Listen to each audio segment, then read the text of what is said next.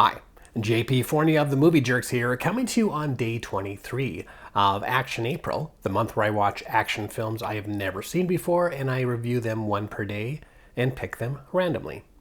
And what do we get for today? Well, yesterday we had Anaconda 4. Today we're going to watch Hercules, the strongest man on earth.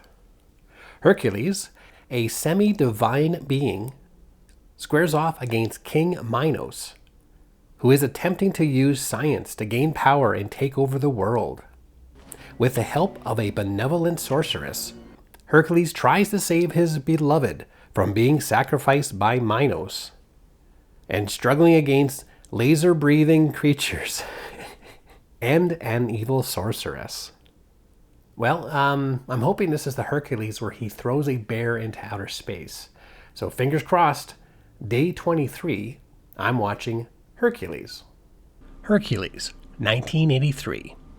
I am happy to report that this is the Hercules where he throws a bear into outer space. In fact, throwing things into outer space appears to be his favorite move. He loves it so much, he even throws himself into outer space.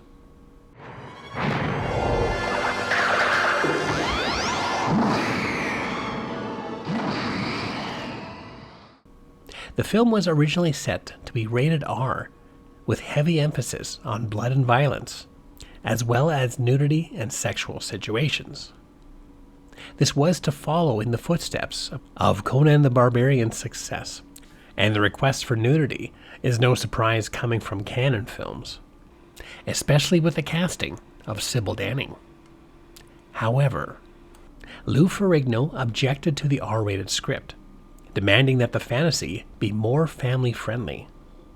And this appears to have been the right choice, as Hercules was a box office hit for Cannon films. The film, like other Cannon productions, was working with a shoestring budget. And even though it borrows a couple scenes from other films, like this bear sequence from the film Grizzly, this is a highly ambitious adventure, with plenty of stop-motion animation, cool set designs, and a ton of miniatures. Lou Ferrigno is also perfectly casted as Hercules, and even though they dubbed his voice, but I don't know why, he might be my favorite casting for this iconic hero. And yes, I am counting Hercules in New York. The film, while often goofy and very campy, is very entertaining.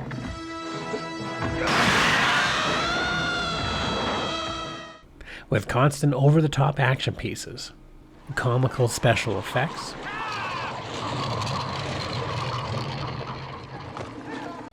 numerous baddies, and because this is a PG film in the 80s, plenty of side boob.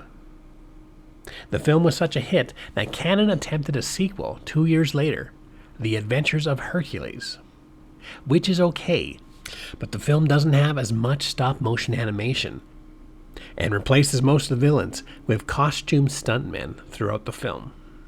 Sure, the sequel may not be as good as the first film. However, Hercules is still throwing things into outer space. And who doesn't love that? And there you go, day 23 of Action April. This time I watched Hercules, 1983. What other family-friendly action films do you like? Let us know in the comments section. And if you're curious about other films I am watching this month, be sure to hit the subscribe button for updates daily. And for other information about the Movie Jerks, you can go to www.themoviejerks.ca.